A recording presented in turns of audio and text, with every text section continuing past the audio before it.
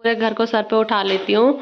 मैं हल्ला करने लग जाती हूँ। अमन बेचारे पे इतना अत्याचार हो रहा है। उनकी लाडली बेटी का बर्थडे ना, ये चोर चोरी कर रहा है, खोपड़े तक मिट्टी लगी हुई है। इसके घर में पकौड़ी बन रही है। गुड मॉर्निंग दोस्तों, welcome back to another vlog. कैसे हो आप सब? आई होप कि आप सब बढ़िया होंगे। आज के व्लॉग की शुरुआत हो रही है 8:30 बजे से और आज है बृहस्पतिवार। तो अभी मैंने पूजा पाठ वगैरह सब कुछ कर दिया है। और आज के मौसम की बात करें तो आजकल पहाड़ों में मौसम भी लगभग काफ़ी गर्म हो रखा है, क्योंकि आजकल यहाँ पे बारिश नहीं हो रही है। तो अभी काफ़ी अच्छी धूप हमारे पूरे गांव में लग गई है। आज है मेरा फास्ट, तो मम्मी लोग अपने लिए नाश्ता बाद में बनाएंगे। तब तक सबसे पहले मैं अपने लिए चाय बना लेती हूँ। तो एक साइड में अपने लिए चाय बना रही हूँ और दूसरी साइड दूध उबाल रही हूँ। आजकल हमारे गाँव में सभी लोग घर आ रखे हैं, तो हमारे गाँव में गाय भैंस वगैरह किसी की है नहीं, बहुत ही कम लोग हैं। तो जिसकी वजह से यहाँ पे दूध नहीं मिल रहा है।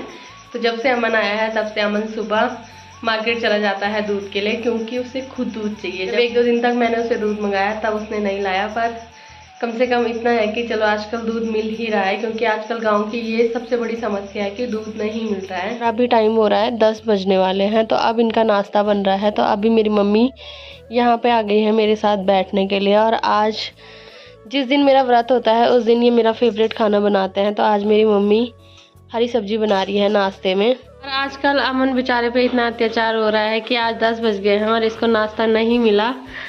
तो उनकी लाडली बेटी का बर्थडे ना, मेरी मम्मी सिर्फ मेरे लिए नाश्ता बनाती है। जिस दिन मेरा व्रत नहीं होता उस दिन हमारे यहाँ नाश्ता बन जाता है टाइम से। अगर मुझे टाइम पे नाश्ता ना मिले तो मैं पूरे घर को सर पे उठा लेती हूँ, मैं हल्ला करने लग जाती हूँ। इसीलिए मेरी मम्मी टाइम पे नाश्ता बनाती है और ये बेचारा कुछ नहीं बोलता है, ये चुप रहता है।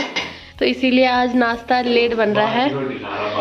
और सुबह सुबह ही से इतनी भूख लग गई है कि ये बासी रोटी खा रहा है। और आजकल मेरी मम्मी पे अलग ही शौक चढ़ा हुआ है। आजकल मेरी मम्मी सुबह का नाश्ता लकड़ियों पे बना रही है, कि शहरों में मेरी मम्मी को गर्मी लगती है और यहाँ मेरी मम्मी को गर्मी नहीं लगती है, इसीलिए मेरी मम्मी नाश्ता यहाँ बना रही है।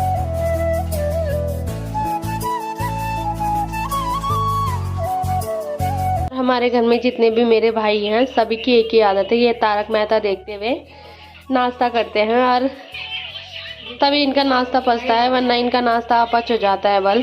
और अभी खेत में सिंचाई वगैरह करके शौर्य भी आ गया है हमारे यहाँ, और शौर्य आज मेरे लिए लेके आया है। मेरा व्रत है तो ये तरबूज लेके आया है मेरे लिए। और आजकल हमारा कुछ काम धाम नहीं है, तो सभी लोग नाश्ता करने के बाद ऐसे हम पड़े रहते हैं रूम पे। और अभी तक हम बैठे हुए थे हमारे घर में, पर इसे चैन नहीं है, इसे जाना है अपने घर में। तो अभी हम जा रहे हैं इनके घर में। और इतनी भयंकर धूप आज लग रही है कि यहाँ मैं गांव में हूँ और मुझे ऐसा लग रहा है जैसे फिर से धूप हमारे बाल सीज रहा है। और मुझे ऐसा लग रहा है कि जैसे मैं फिर से शहरों में पहुँच गई। यहाँ से भी सभी लोग जा रखे हैं खेतों में और यहाँ पे मेरी बड़ी ने गेहूँ सुखाने के लिए डाल रखे हैं। और मैं सोच रही थी कि मेरा व्रत है, मेरी तबीयत भी खराब हो रही है, पर मुझे आड़ू खाने का मन कर रहा था और मैं सोच रही थी कि मैं कहाँ से निकालूं। तो जैसे ही हम यहाँ पहुँचे वैसे ही हमें दिखा कि सामने चोर चोरी कर रहा है। तो अभी मैं भी जाती हूँ, मैं भी इससे एक आध आड़ू ले लेती हूँ और लंबे होने का फायदा।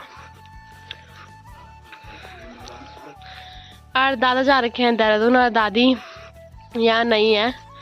और दादा मेरे ब्लॉग्स भी देख रहे होंगे मुझे पता है, पर कोई बात नहीं, मुझे पता है कि दादा हमारे लिए कुछ नहीं बोलते हैं और इसके लिए तो खास करी। खाने के लिए मेरे दादा कभी मना नहीं करते हैं, खाने के लिए उल्टा मेरे दादा देते ही हैं।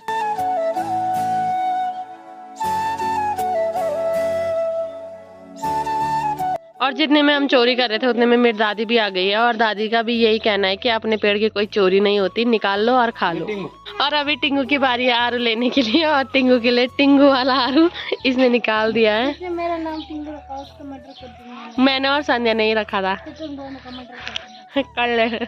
मैंने सारी मुमकिन कोशिश कर ली है, पर सौरे से एक भी आड़ू नहीं निकल पा रहा है। तो अब ये आया है इसके लिए आड़ू निकालने के लिए। तो अभी देखते हैं। और अभी मेरे भैया रोपनी लगा के आ चुके हैं और भैया कोशिश कर रहे हैं नहाने की, पर भैया की बस की नहाने की नहीं हो रही है। और भैया के पैरों से लेकर ऊपर खोपड़े तक मिट्टी लगी हुई है। लंबाई होने के यही फायदे हैं कि तुम जितने भी ऊपर आड़ू हो आराम से निकाल सकते हो। और अभी आड़ू निकालने के लिए भाई साहब भी आ गए हैं। तो भले ही मेरे भैया बड़े हैं, पर चोरी करने में मेरे भैया भी अभी छोटे हैं। लंबाई में तो मेरे भैया बड़े हो गए, पर दिल तो अभी मेरे भैया का छोटा ही है। इसलिए मेरे भैया हमारे पूरे कामों में हमारा सहयोग करते हैं। और नब्बू के घर ना होने के फ़ायदे ये हैं कि नब्बू की जितनी भी जिम्मेदारी है काम की वो इसे करनी पड़ रही है। तो अभी ये काट रहा है खाने के लिए सलाद। और टाइम के हिसाब से इंसान कैसे चेंज होता है वो आज मुझे देखने को मिल गया। हमारे घर में कुछ बनता है या कुछ भी आता है तो मेरी मम्मी उसके 3 हिस्से करती है हमेशा। मतलब हमारे घर में कुछ भी आता है उसके 3 हिस्से होते हैं, एक मेरा, एक अमन का और तीसरा इसका।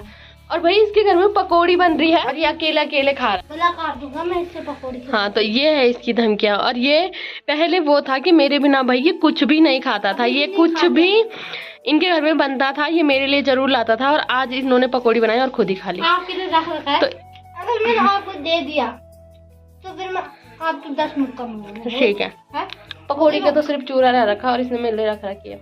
इसके बराबर झूठा इंसान और इसके बराबर धोखेबाज इंसान अगर मैंने पूरी दुनिया में नहीं होगा भाई। अगर मैंने आपको पकौड़ी दे दी तो आप मेरी मार खाओगे।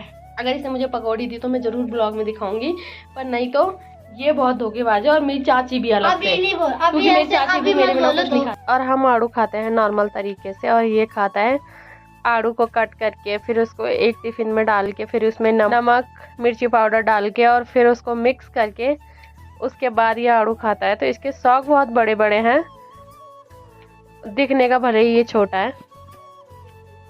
जल्दी कर रही ना मेरी टाइल पॉलिश लगा दूंगा। लगा दे, कोई दिक्कत नहीं। और अभी हम सब यहाँ पे बैठे हुए थे तब तक मेरी बड्डी के बच्चे करके आ रखा है वीडियो कॉल। हम उन्हें कब से घर बुला रहे हैं पर वो कोई घर आने का नाम नहीं ले रहे हैं दोनों में से। तो वो ब्लॉग देख के ही बार गांव की यादें ताज़ा कर रहे हैं। हम लग रखे हैं कि आजा आजा, पर वो क्या ही बोले उन्हें, वो कुछ टाइम के बाद आएंगे शायद। अभी ये जा रहे हैं यहाँ से धारा और संजू भैया जा रहे हैं अपनी बाटी को अंदर बांधने के लिए और शौर्य भी जा रहा है इनके साथ धारा और मैं जा रही हूँ यहाँ से घर।